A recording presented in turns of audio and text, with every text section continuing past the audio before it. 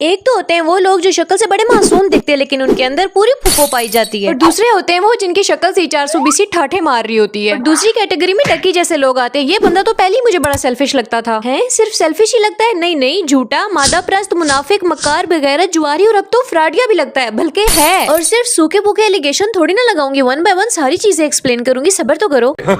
ये जापानी डड्डू एक नंबर का मेटीरियलिस्टिक और झूठा इंसान है। अभी चंद ही दिन पहले इसने अपने चैनल पे एक वीडियो डाली थी कि ड्रीम हाउस ले लिया, biggest purchase of my life. लेकिन सूत्रों के मुताबिक ये बात सामने आई है कि ऐसा कोई घर परचेज ही नहीं किया गया। इसमें ये 24,75,000 रुपया, जिसमें 1.5 मंथ का उसका एडवांस रेंट था और 3 मंथ की सिक्योरिटी। अगर ये पकड़ा ना जाता तो इसने 9 मिलियन लोगों को ऐसा कोई जबरदस्त किस्म का उल्लू बनाना था कि अभी तक इसके ब्लाइंड फैंस यही समझ रहे थे कि ढक्की भाई ने ड्रीम हाउस लिया है। वाह वाह क्या बात है। लल्लू पंजू उल्लू से फैंस है ना, उनकी आंखें अब खुल जानी चाहिए। लेकिन उसके बावजूद, लुट जाने के बावजूद कमेंट सेक्शन में लिख रहे हैं जस्टिस फॉर ढक्की भाई। हो भाई कौन सा जस्टिस, केड़ा जस्टिस? एक तो बंदा हो ना बिल्कुल इनोसेंट, तो तब ऐसे टैग समझ में आते हैं कि जस्टिस फॉर फलाना धमाका। लेकिन वो तो इनोसेंट है ही नहीं, वो तो अपने हिस्से की सजा काट रहा है। बाकियों को जब पकड़ा सो पकड़ा, लेकिन ये कह दो कि हाँ फलाने को नहीं पकड़ा तो आप ढक्की को भी छोड़ दो। अरे भाई ये कौन सी साइंस है? कम से कम एक को पकड़ा है तो बाकी तो बाज आए हैं। अभी तो मुझे किसी के चैनल पे प्रमोशन नहीं दिख रही जुए की। डर गई। अब इसने रेंटेड हाउस को अपना जाती घर बता के कितना बड़ा झूठ बोला है। इसको पता है हुक कैसे बनानी है, इसको पता है ऑडियंस कैसे एंगेज होगी। लोगों की फीलिंग्स को टाल मटोल कर देते हैं। अब उस घर में से इसने 2-3 महीने कंटेंट निकालना था, लोगों को बेवकूफ बनाना था, और फिर जब अच्छा खासा कंटेंट निकाल लेना था, आवाम को चूना लगा लेना था, तो उसके बाद एक व्लॉग आता, ड्रीम हाउस सेल करना पड़ गया। लोगों को फेक लग्जूरियस लाइफ दिखा के उनको पागल बना रहे होते हैं, उनको एहसास कमती का शिकार बनाते हैं। ऐसी फेक लाइफ दिखाते हैं जो रियल लाइफ में एग्जिस्ट ही नहीं करती। ये लोग खुद भी वो लाइफ नहीं जी रहे होते। फिर ये लोगों को झूठे तरीके बताते हैं कि हम कैसे अर्न करते हैं, हम कैसे इतनी लग्जूरियस लाइफ जी रहे हैं, और ये फिर गैम्बलिंग जैसी एप्स को प्रमोट करते हैं। और यकीन करो जिस अवाम का ये लोग पट्टा बिठा चुके हैं ना, वो भी कमेंट सेक्शन में रो रही है और कह रही है जस्टिस फॉर ढक्की भाई, उनसे बर्दाश्त नहीं हो रहा। दिल्ली इतने अच्छे लोगों के लुटने को तैयार बैठे हैं। तो बस ठीक है ना, ट्रक की बत्ती के पीछे लगे रहो। जब तुम्हें खुद ही अपने नफा नुकसान की परवाह नहीं है तो कोई दूसरा क्यों करेगा। यूट्यूब तो कभी भी इनका इकलौता सोर्स ऑफ अर्निंग नहीं है, इतना यूट्यूब पे ही नहीं करता। और चूना नंबर 2 जो ये लगाते हैं कि फलानी धमाकी ऐप में हम अपनी तरफ से पैसे डिपॉजिट करवा के अर्न करते हैं, ये देखो ग्राफ ऊपर जा रहा है, ये देखो ग्राफ नीचे आ रहा है, सब झूठ है। इनके पास इस तरह की रिकॉर्डेड वीडियोस आती हैं जो इनको अपनी वीडियोस में प्ले करनी होती हैं। अपनी सगी ऑडियंस के साथ बेईमानी करनी है, झूठ बोलना है, और ये लोग बोल देते हैं चंद पैसों के एवज। असल में पैसे चंद नहीं होते ना, वो हजारों में डॉलर्स होते हैं। तो इनका ईमान, नियत, दिल सब खराब हो जाता है। और स्टिल ऑडियंस कमेंट सेक्शन में लिख रही होती है जस्टिस फॉर खोता भाई। अभी तो सब्र करो, अभी तो मैं इसकी मुनाफिकत को एक्सपोज करूंगी। ये इतना बड़ा मुनाफिक है, इसने यूट्यूब स्टार्ट किया था रोस्टिंग से, जो आजकल इसको अनएथिकल कंटेंट लग रहा है। रोस्टिंग वीडियोस वगैरह बनाता था जो कि एक अनएथिकल कंटेंट है, क्योंकि अब ये खुद नहीं करता, इसके लिए डिफिकल्ट हो रहा है। क्योंकि जिन लोगों को ये रोस्ट करता था और जिन चीजों पे करता था, ये तो वो खुद करने लग गया। Hey guys, I just took a tutty right now. यानी फैमिली व्लॉगर्स को बुरी तरह जलील करके, और अब फैमिली व्लॉगिंग इसके लिए अच्छी हो गई है। अनएथिकल कंटेंट तो फैमिली व्लॉगिंग भी है, जिसमें तुम लोग अपनी फैमिली की नुमाइश करते हो दिन रात। जी तो भाई व्लॉग बना रहा है आपका भाई। खैर इसकी रोस्टिंग का जो लेवल था वो अनएथिकल कंटेंट में ही आता है, क्योंकि ये बहुत बिलो द बेल्ट जाता था। इंतहाई गंदी और वल्गर किस्म की रोस्टिंग थी। आजकल तो इस तरह की रोस्टिंग कोई करता ही नहीं है। और इससे बड़ी और क्या मुनाफिकत है कि कल तुम किसी और को क्रिटिसाइज कर रहे हो उन हरकतों पे जो आज तुम खुद कर रहे हो। कल तुम किसी और को गाली गलौज कर रहे हो, उसकी बीवी तक जा रहे हो, और आज तुम खुद अपनी बीवी नचा के बगैरती कर रहे हो। कौन सी ऐसी अच्छी बात है जिसपे आवाम के रोने नहीं खत्म हो रहे? कोर्स भी भूल गए हो तुम लोग, इतू सी फीस वाला।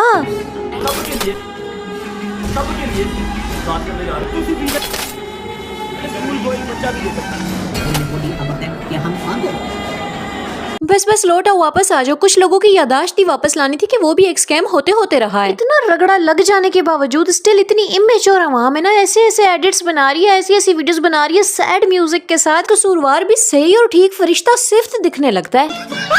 हो गए ना सारे पॉइंट्स क्लियर, लेकिन एक चीज तो मैं बताना ही भूल गई। सस्ता गुंडा भी तो है, गुंडागर्दी भी तो करता है ना ढक्की। अपने खिलाफ तो एक बात भी बर्दाश्त नहीं करता, लेकिन खुद रोस्टिंग से ही करियर स्टार्ट किया था। इसके खिलाफ कोई बोले तो घरों से उठवा लेता है। मेरे पापा को साथ में ले गया और साथ में उनकी बाइक भी ले गया, ठीक है। मुझे मारते जा रहे थे और वो वीडियोस बनाते जा रहा था।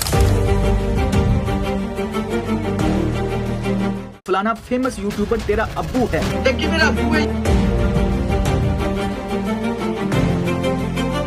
और अवाम कमेंट सेक्शन में लिख रही है जस्टिस फॉर बदमाश भाई। वैसे डकी को अब्बू बनने का बड़ा शौक है, क्योंकि अब्बू वाली स्टेटमेंट तो बड़ी रेज में निकलवाई गई थी, तो अब उसे पता चल गया होगा कि हर अब्बू का एक अब्बू होता है और उसे हम दादाजी कहते हैं।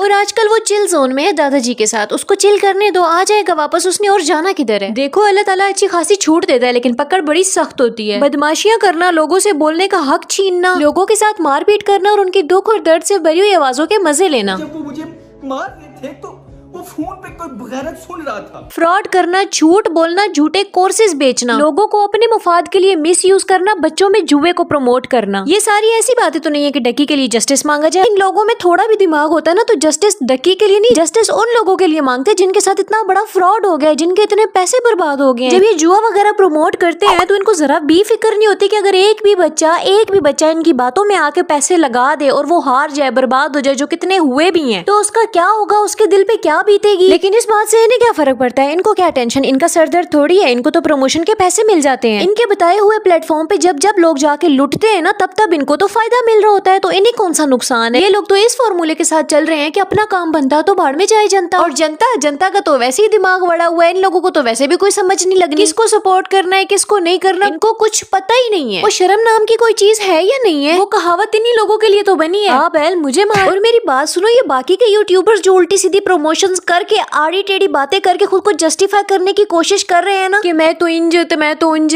मत करो। जो लोग खुद को मुस्लिम क्लेम करते हैं उनको इतना तो पता ही है कि जुआ हराम है इस्लाम में, और किसी को धोखा देना तो अलग गुनाह है। तो ऐसी चीजों की प्रमोशन करके तुम लोग अपनी ऑडियंस को धोखा ही दे रहे होते हो। 2-4 लोग देखते हैं, इज्जत देते हैं, तो बदले में उन्हें इज्जत दो, उन्हें जिल्लत मत दो। अगर लोग ट्रस्ट करते हैं तो उनका ट्रस्ट मेंटेन रखो। तुम्हारे हिस्से का जो रिस्क है वो तो तुम्हें मिल के रहेगा, चाहे तुम ऐसे जुए जैसी एप्स की प्रमोशन करके कमा लो या किसी और तरह से। तो जल्दी अमीर होने के लिए ऐसे ओछे हथकंडे छोड़ दो, क्योंकि किसी को नुकसान पहुंचा के जो तुम्हें फायदा हासिल होगा उसका क्या ही फायदा। अच्छा, कुछ कमेंट्स ऐसे भी आते हैं कि जरा प्यार से तहम्मुल से भी समझाया जा सकता है, इतना ज्यादा ओवर होने की जरूरत नहीं होती। अच्छा जी, चलो ये भी ट्राई कर लेते हैं।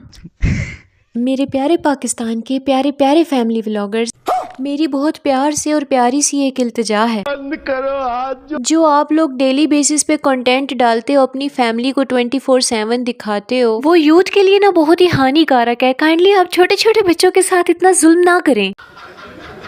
अपने बेहयाई और बेगैरती वाले व्लॉग्स दिखा दिखा के मजीद बेगैरतों में इजाफा ना करें। मेरी सिलेक्शन हो गई है।